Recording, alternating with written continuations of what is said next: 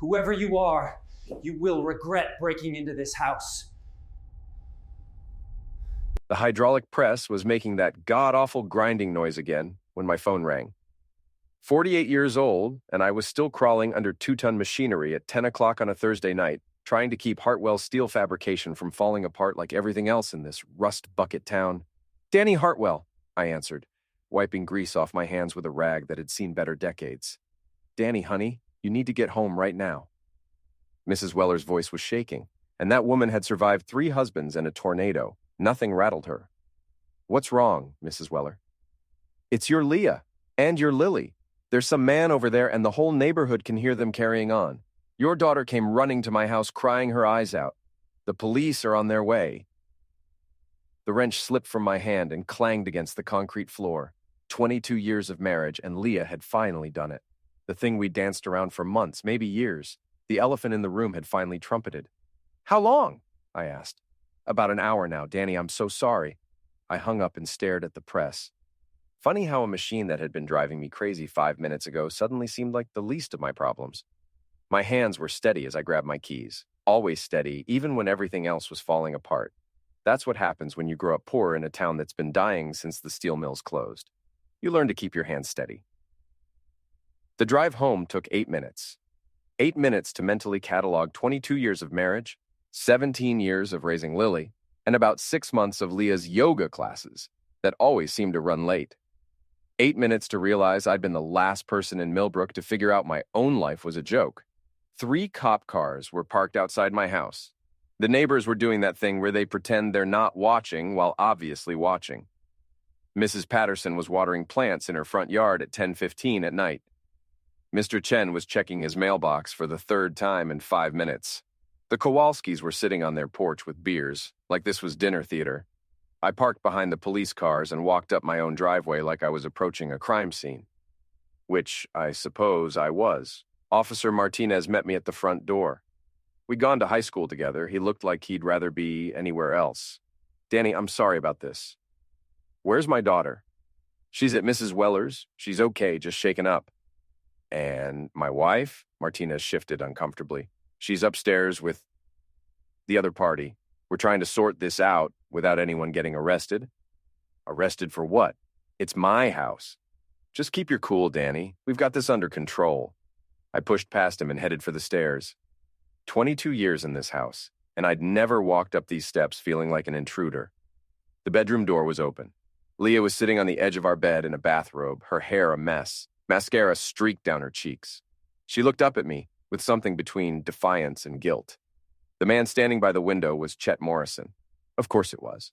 38 years old, owned Morrison Classic Cars on Main Street, married to a sweet woman named Beth who made the best apple pie at the church bake sale.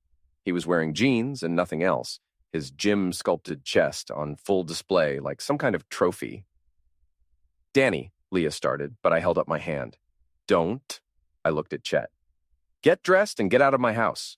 Chet crossed his arms. The guy actually crossed his arms like he was making a point. "This isn't what you think." "Really? What is it then?" "Your wife is unhappy, Danny. Has been for years. Maybe if you paid attention to her instead of that factory." I punched him. One clean right cross, just like Big Mike taught me at the gym 25 years ago. Chet went down like a sack of concrete, red fluid streaming from his nose. My knuckles sang with pain and satisfaction. "Danny!" Leah screamed. Officer Martinez was in the room in 2 seconds, but I was already stepping back, hands raised. "He's leaving now," I said calmly. "Aren't you, Chet?" Chet struggled to his feet, holding his nose. "You're finished, Hartwell. I'll destroy you. Your business, your reputation, everything. You're done." "Get out!" He grabbed his shirt and stumbled toward the door, still bleeding. "This isn't over." After he left, the house felt hollow. The police took statements, neighbors gradually drifted back inside, and eventually it was just me and Leah in our bedroom that would never feel like ours again. "How long?" I asked. "Danny, please. How long, Leah?" She looked at her hands. 6 months. The yoga classes. Some of them, not all. Where? His apartment. Sometimes here when you were working late. I sat down in the chair by the window, the same chair where I'd held Lily as a baby during those late-night feedings when she wouldn't sleep. "Why?" Leah's laugh was bitter. "When was the last time you looked at me, Danny?" really looked at me. When was the last time we talked about anything except bills or Lily's grades or problems at the factory? So you decided to sleep with a married man in our daughter's house. It wasn't supposed to happen like this. Lily wasn't supposed to come home early. But it was supposed to happen. She didn't answer, which was answer enough. I stood up. I'm going to get Lily and bring her home. Tomorrow we'll figure out how to do this without destroying her completely. Tonight, you sleep in the guest room. Danny, guest room, Leah. That's not negotiable. I walked out of my own bedroom and went to collect my daughter from the neighbors, wondering how you explain to a 17-year-old that her whole life just changed because her mother couldn't resist a man with abs in a classic car dealership. Mrs. Weller met me at her door with a cup of coffee and the kind of look that said she'd seen this movie before and knew how it ended. "She's in the living room," she said quietly. "She's pretty upset." Lily was curled up on Mrs. Weller's couch, still in her school clothes, her face red from crying. She looked up when I walked in, and for a second she was my little girl again, the one who used to run to me when she scraped her knee or had a bad dream. "Dad, come on, kiddo, let's go home." "Is Mom?" "Mom's fine. We're all fine. We're just going to have to figure some things out." She stood up slowly like an old woman. "I heard them. I heard everything. I came home early from Jessica's because I forgot my chemistry book, and I heard them upstairs, and I didn't know what to do." "You did the right thing coming here." "Did you really punch him?" "Yeah." "Good." Her voice was fierce, and for a moment she sounded exactly like her mother. "I hope you broke his stupid nose." "Lily, I hate her. I hate both of them." "No, you don't. You're angry, and you have every right to be. But she's still your mother. Some mother." I didn't have an answer for that. We walked home in silence, past the neighbors who were still pretending not to watch, past the police cars that were finally leaving, past the mailbox that still had both our names on it in fading letters. Inside, the house felt different. Smaller somehow. Leah had gone to the guest room like I'd asked, but her presence lingered in the living room like smoke. The couch cushions were still dented where she'd been sitting earlier, probably texting Chet while I was at the factory fixing the press. "Dad?" Lily stood at the bottom of the stairs, looking lost. "Yeah? Are you getting divorced?" "I don't know yet, probably. Will I have to choose?" "No. No matter what happens between your mother and me, you'll always be our daughter. That doesn't change." She nodded and went upstairs. I heard her door close, then lock. Smart kid. I sat in my recliner and stared at the TV without turning it on. 22 years. High school sweethearts married right after graduation, bought this house when Lily was 2, and I was finally making decent money at the factory. Before I bought it, before 12-hour days and constant worry about payroll and equipment and keeping 23 people employed in a town where jobs were harder to find than honest politicians. My phone buzzed. Text message from a number I didn't recognize. "Your wife screams my name louder than she ever screamed yours." I deleted it and turned off the phone. Tomorrow I'd deal with Chet Morrison and his wounded pride. Tonight, I just wanted to sit in my chair and figure out how everything had gone so wrong without me noticing. Outside, Millbrook settled into its usual late-night quiet. Somewhere in the guest room, my wife was probably crying or texting her lover or planning her next move. Somewhere upstairs, my daughter was trying to process the fact that her family had just exploded. And somewhere across town, Chet Morrison was probably icing his nose and planning his revenge. The funny thing was, I wasn't even surprised. Disappointed, hurt, angry as hell, but not surprised. Maybe that was the worst part of all. The next morning brought 3 things. A headache that felt like someone was using my skull for hammer practice, a daughter who wouldn't speak to her mother, and a phone that wouldn't stop ringing. "Hartwell Steel?" I answered, trying to sound like a man whose life hadn't imploded 12 hours earlier. "Danny, it's Tom Bradley, my biggest client, the one who kept the lights on and the paychecks coming. I heard about last night. You doing okay?" Word traveled fast in Millbrook. "I'm fine, Tom. Business as usual." Good, good. "Listen, about that order for the Morrison project," my stomach dropped. "The Morrison project?" "Yeah, Chet Morrison's new showroom expansion. 50,000 in structural steel. But given the circumstances..." "What circumstances?" Tom cleared his throat. "Danny, the whole town knows you punched the guy. His wife, Beth, called my wife crying. Chet's telling everyone you're unstable, dangerous. I can't be doing business with someone who might lose his temper with my crew." "Tom, you've known me for 15 years. I know, but image matters. I'm sorry, Danny. I really am. The line went dead. $50,000 gone. Just like that. I made coffee and tried to think. Leah came into the kitchen wearing yesterday's clothes and looking like she'd slept about as well as I had. We need to talk, she said. About what? Seems pretty straightforward to me. About Lily. About the house. About how we're going to handle this. I poured coffee into 2 mugs, set one in front of her. Old habits. You want to handle this? Stop sleeping with married men. It's not that simple. Sure it is. You made a choice. Now we all get to live with it. Leah sat down across from me at the kitchen table where we'd eaten thousands of meals, helped Lily with homework, paid bills, planned vacations that got canceled because the factory needed me. I filed for divorce yesterday. Yesterday? Before or after you brought Chet here? Before. The coffee tasted like ash. So this was planned. Danny, we've been miserable for years. You know it. I know it. We just kept pretending everything was fine. I wasn't pretending anything. I was working. I was trying to keep a business running and a family fed. You were hiding in that factory, in your work, in everything except our marriage. And you were hiding in Chet Morrison's bed. She flinched. I know you hate me right now. I don't hate you, Leah. I'm just trying to figure out when I became the villain in my own life. Lily walked into the kitchen, grabbed an apple from the counter, and headed for the door without looking at either of us. Lily, Leah called. Honey, we need to talk about this. No, we don't. Lily's voice was ice. You need to figure out where you're going to live, because I'm not going anywhere with you. You can't just watch me. The front door slammed hard enough to rattle the windows. Leah started crying. Real tears this time, not the dramatic ones from last night. She hates me. Can you blame her? I'm still her mother. Then maybe you should have thought about that before you decided to screw around in her house. I left Leah at the kitchen table and drove to the factory. Work was the one thing that still made sense. Metal didn't lie to you or cheat on you or file divorce papers behind your back. You heated it up, bent it to the shape you needed, and it stayed that way. But even the factory felt different now. My crew kept looking at me sideways, like they were waiting for me to explode or break down or do something else entertaining. By lunch, I'd gotten 3 more calls from clients, postponing projects. Big Mike showed up around 2 o'clock. Mike Kowalski, 62 years old, built like a refrigerator, owned Mickey's Bar on the south side of town. We'd been friends since high school, back when we both thought we were tough enough to box professionally and stupid enough to believe it.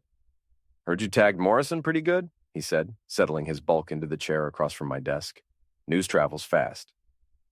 In this town? Hell, Mrs. Patterson probably had it on Facebook before the cops left your driveway. Mike leaned forward. How you holding up? Been better. Leah's been coming to the bar, past couple months, always with that yoga instructor friend of hers, Sable something. Sable Winters. That's the one. Weird woman. Always watching everyone, taking notes in that little book of hers.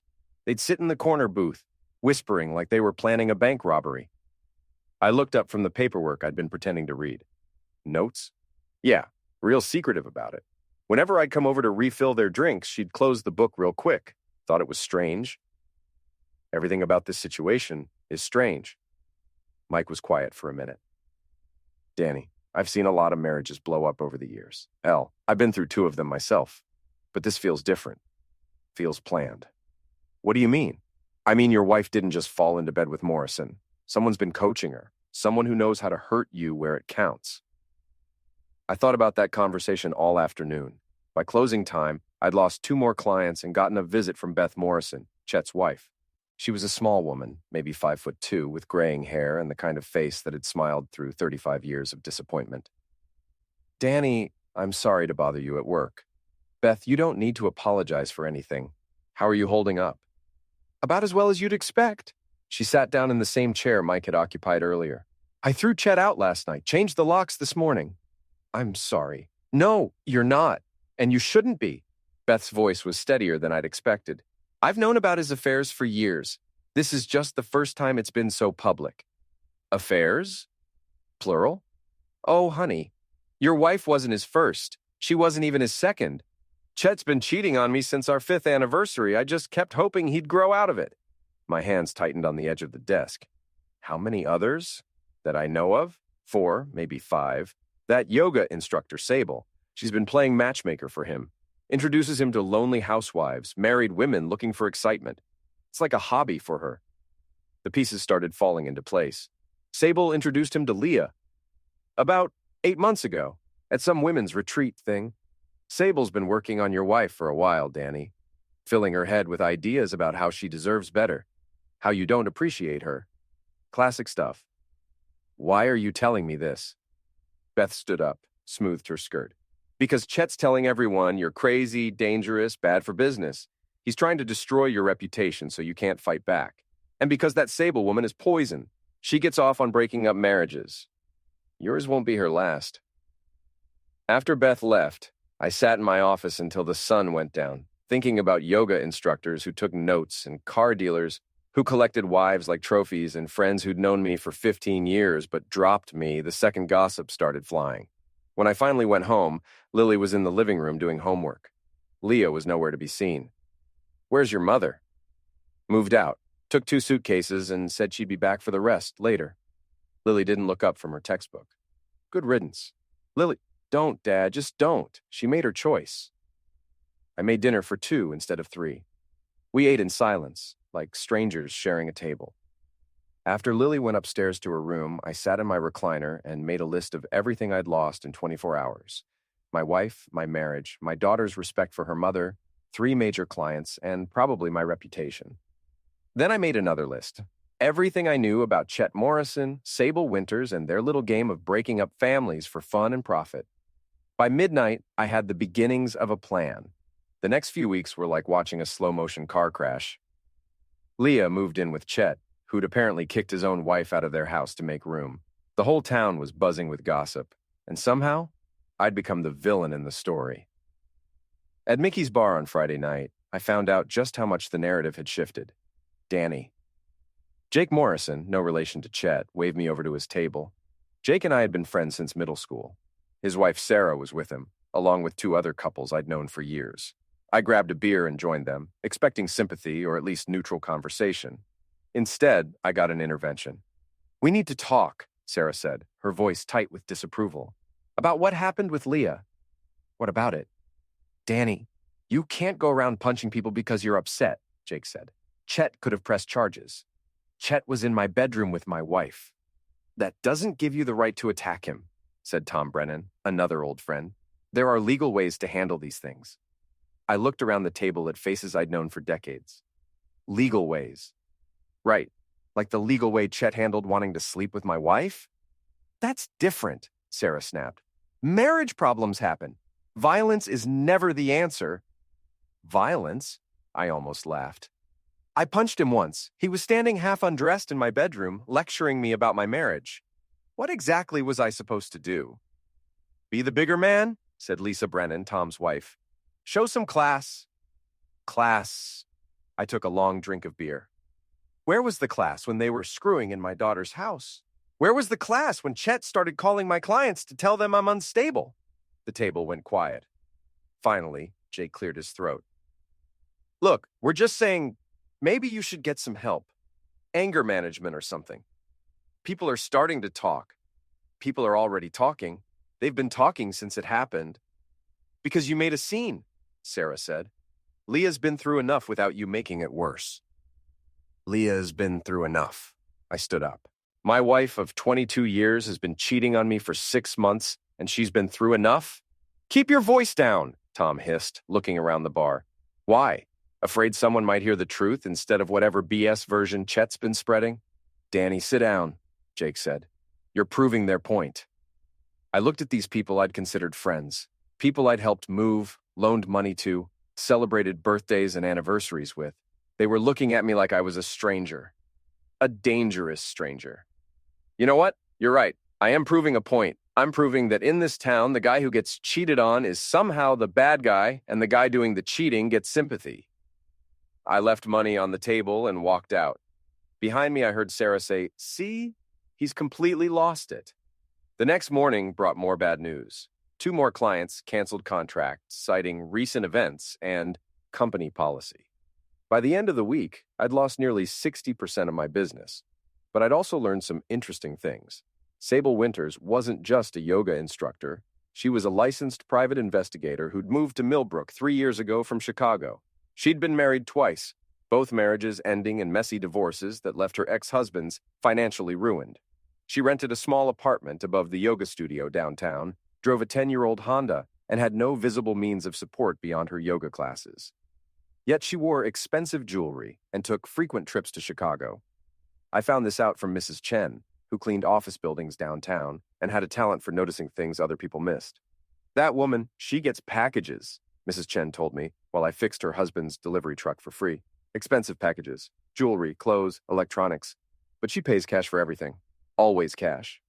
Maybe she has family money. Maybe. But she also meets with lawyers. Different lawyers from different towns. I see them going up to her apartment. Always men, always in expensive suits, always carrying briefcases. I thought about Beth Morrison's words. Sable gets off on breaking up marriages. Yours won't be her last. What if it wasn't just a hobby?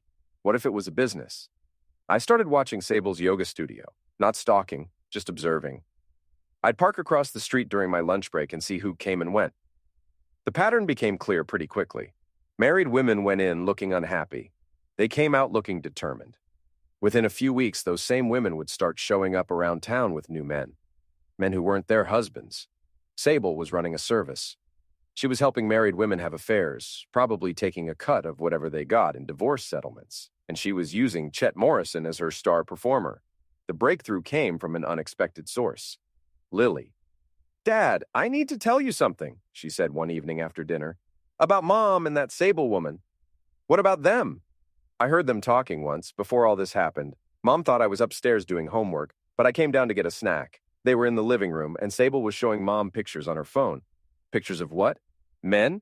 She was showing Mom pictures of different men and talking about which ones had money, which ones were married, which ones would be easy targets. That's what she called them. Easy targets.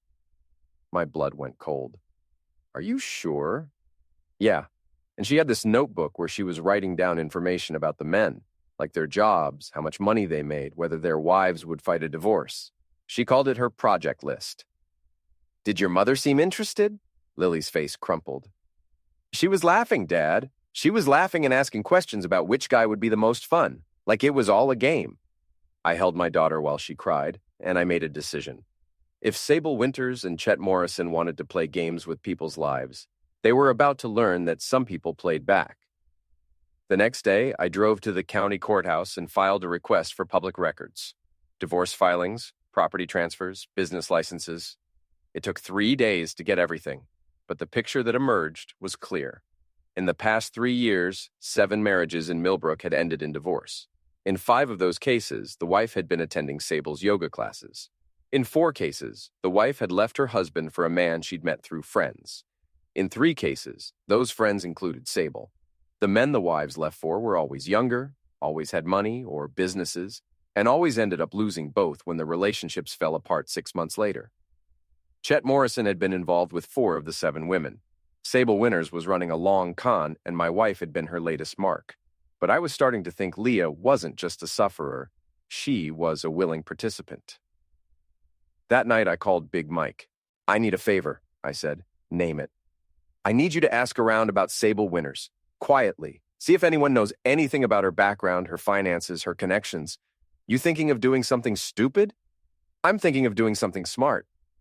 For once." Mike was quiet for a moment. "Danny, be careful. This woman sounds dangerous." "She is dangerous. That's why she needs to be stopped." "What about Leah?" I looked out the window at the house across the street where the Pattersons were having a normal Friday night with their normal marriage and their normal problems.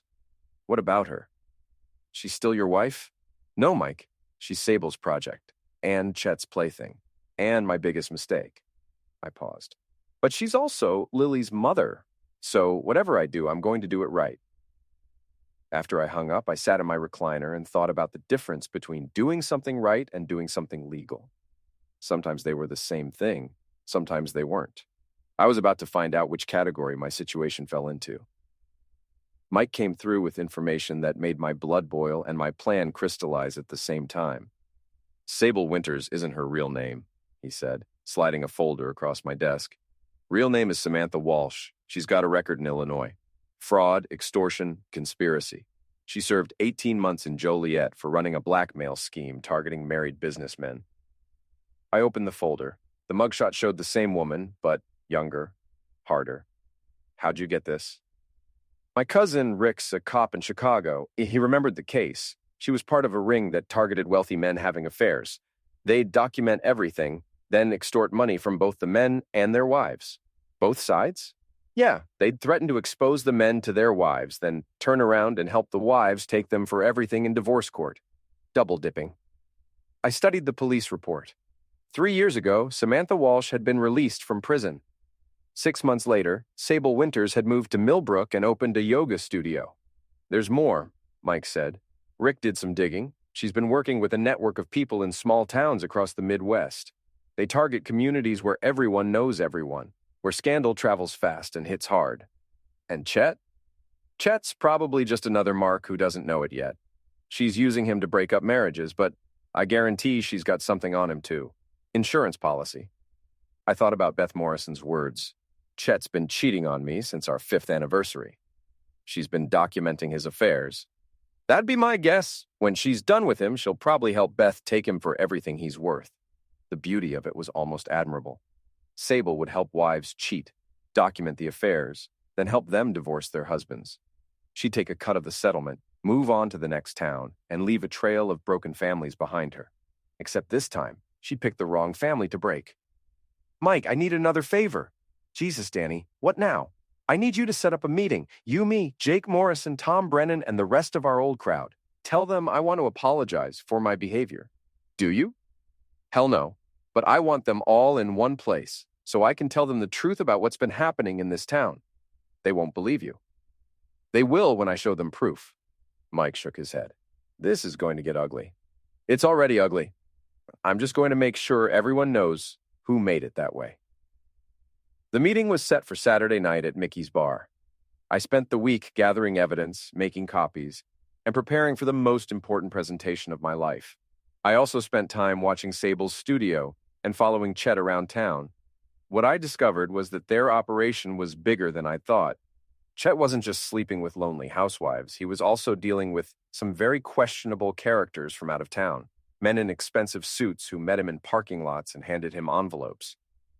On Friday night, I followed him to a meeting at the old grain elevator on the outskirts of town. 3 cars were already there when Chet arrived. I parked behind some trees and used binoculars to watch the exchange. Money changed hands. A lot of money. Chet handed over a thick envelope and received a briefcase in return. The whole thing took less than 5 minutes. I took pictures. Saturday night, Mickey's Bar was packed. Word had gotten around that Danny Hartwell was going to publicly apologize for his behavior, and apparently that was entertainment worth paying for. Jake, Tom, Sarah, Lisa, and a dozen other people I'd once considered friends were seated at a large table in the center of the room. They looked smug, like parents waiting for a child to admit he'd been wrong. I stood up and looked around the room. Thank you all for coming. I know you're expecting an apology, and you're going to get one, but not the kind you think. The smugness started to fade. I want to apologize for being naive, for trusting people I shouldn't have trusted, for believing that my friends would stand by me when things got tough. I pulled out the folder Mike had given me. Most of all, I want to apologize for not protecting this town from a hunter. I opened the folder and held up Sable's mugshot. This is Samantha Walsh, also known as Sable Winters. She's a convicted felon who served time for fraud and extortion. She came to Millbrook 3 years ago to run the same con she's been running in small towns across the Midwest. The room went dead quiet. She targets married couples, helps wives have affairs, documents everything, then helps them divorce their husbands and take them for everything they're worth. She takes a cut of the settlement and moves on to the next town. I pulled out more documents. In the past 3 years, 7 marriages in this town have ended in divorce. 5 of those women were attending Sable's yoga classes. 4 of them left their husbands for men Sable introduced them to. Sarah Morrison spoke up. That's ridiculous. You're just trying to... Am I? I held up a photograph. This is Chet Morrison meeting with known criminals at the grain elevator last night. He's laundering money through his car dealership, probably as part of Sable's operation. The photograph passed from hand to hand. People started murmuring, their expressions changing from skepticism to shock. My wife wasn't the sufferer of a marriage gone bad. I continued. She was the target of a criminal enterprise. And instead of supporting me, instead of asking questions, you all decided I was the problem. Jake stood up. Danny, we didn't know. You didn't want to know. It was easier to blame me than to admit that someone had been playing all of us for fools. I pulled out the final piece of evidence. Bank records I'd obtained through a private investigator. Sable Winters has made over $200,000 in the past 3 years. That's a lot of money for a yoga instructor in a town where the average income is $35,000. Tom Brennan was studying the bank records. Jesus Christ, this is real. It's real. And while you were all treating me like a pariah, she was setting up her next targets. I looked around the room. Anyone here having marriage problems? Anyone's wife suddenly interested in yoga classes or women's retreats? 3 hands went up slowly. Then, you'd better pay attention to what I'm about to tell you. I spent the next hour laying out everything I'd learned about Sable's operation, Chet's involvement, and the network of criminals they were working with. By the end, half the room was angry, and the other half was scared. "Well, what are we going to do about it?" asked Mrs. Patterson. "We're going to shut them down," I said. "But we're going to do it right. No vigilante justice, no stupid mistakes. We're going to gather evidence, contact the authorities, and make sure they can't do this to anyone else." Jake stood up again. "Danny, I owe you an apology. We all do. Save it. Just help me stop them." The room erupted in conversation as people started comparing notes, sharing suspicions, and planning their next moves. I watched from the bar, feeling something I hadn't felt in weeks, hope. But I also felt something else, anger. Cold, calculating anger at the woman who had destroyed my marriage and turned my friends against me, at the man who had used my wife and humiliated my daughter, at the system that had made me the villain in my own story. They wanted to play games with people's lives? Fine. But they were about to learn that some games have consequences they never saw coming. The real trap wasn't the one Sable had set for the married couples of Millbrook. It was the one I was about to set for her. The plan took 2 weeks to execute properly. I wanted everything documented, everything legal, everything airtight. But I also wanted it public. I wanted the whole town to see exactly what Sable Winters and Chet Morrison had been doing to their neighbors. The Millbrook Summer Festival was the perfect venue. Every year, the whole town gathered in Central Park for food, music, and the kind of community celebration that made small-town life worth living. This year, they were going to get more community than they bargained for. I'd spent those 2 weeks gathering allies. Jake Morrison felt so guilty about doubting me that he'd thrown himself into the investigation with the fervor of a convert. Tom Brennan used his connections at the bank to trace more of Sable's financial dealings. Even Sarah, who'd been my harshest critic, was now helping coordinate with the state police. The evidence we'd assembled was damning. Sable had been running her operation for 3 years, destroying families and stealing money with methodical precision. Chet was laundering cash through his dealership and had been blackmailing some of his affair partners. Together, they'd stolen over $400,000 from their sufferers, but the most damning evidence came from an unexpected source, Leah. She showed up at my house on Thursday night looking haggard and scared. I hadn't seen her since she'd moved out, and the change was shocking. She'd lost weight, her hair was unkempt, and there were dark circles under her eyes. "Danny, I need to talk to you." "About what?" "About Sable, about what she's been doing." Leah sat down on the couch like her legs couldn't support her anymore. "She's been blackmailing me." "What?" "She has videos of me and Chet. She said she was documenting everything for the divorce to make sure I got a fair settlement, but now she's demanding money to keep them private." I sat down across from her. "How much money?" $50,000. She says if I don't pay, she'll release the videos online and make sure Lily sees them. For the first time since this nightmare started, I felt sorry for my wife. "Leah, why didn't you come to me sooner?" "Because I thought you hated me. Because I was ashamed. Because I knew I'd brought this on myself." She started crying. "Danny, I'm so sorry. I thought I was falling in love, but it was all fake. Sable set the whole thing up. She told me exactly what to say to Chet, how to act, when to meet him. She choreographed everything, even bringing him to our house. Especially that. She said it would make the divorce easier if you caught us. She said you'd be so angry you'd make mistakes and I'd get more money." Leah wiped her eyes. "I never thought about what it would do to Lily. I never thought about how it would hurt you. I just listened to Sable and did what she told me. Where's Chet now? He threw me out 3 days ago. Said I was getting too clingy, that our arrangement was temporary. Sable told him to cut me loose. I looked at my wife, my soon-to-be ex-wife, and saw a woman who'd been manipulated as expertly as any con artist's mark. That didn't excuse what she'd done, but it explained it. Leah, I'm going to stop them, but I need your help. How? I need you to wear a wire to your next meeting with Sable. The meeting was set for Saturday afternoon, right before the festival started. Leah was supposed to bring Sable the $50,000 in exchange for this videos. Instead, she brought a recording device provided by the state police. I watched from across the street as Leah entered the yoga studio. She was inside for 20 minutes. When she came out, she was smiling for the first time in weeks. Did you get it? I asked. I got it. She admitted everything. The blackmail, the money laundering, the whole operation. She even bragged about how easy it was to manipulate stupid small-town women like me. And Chet?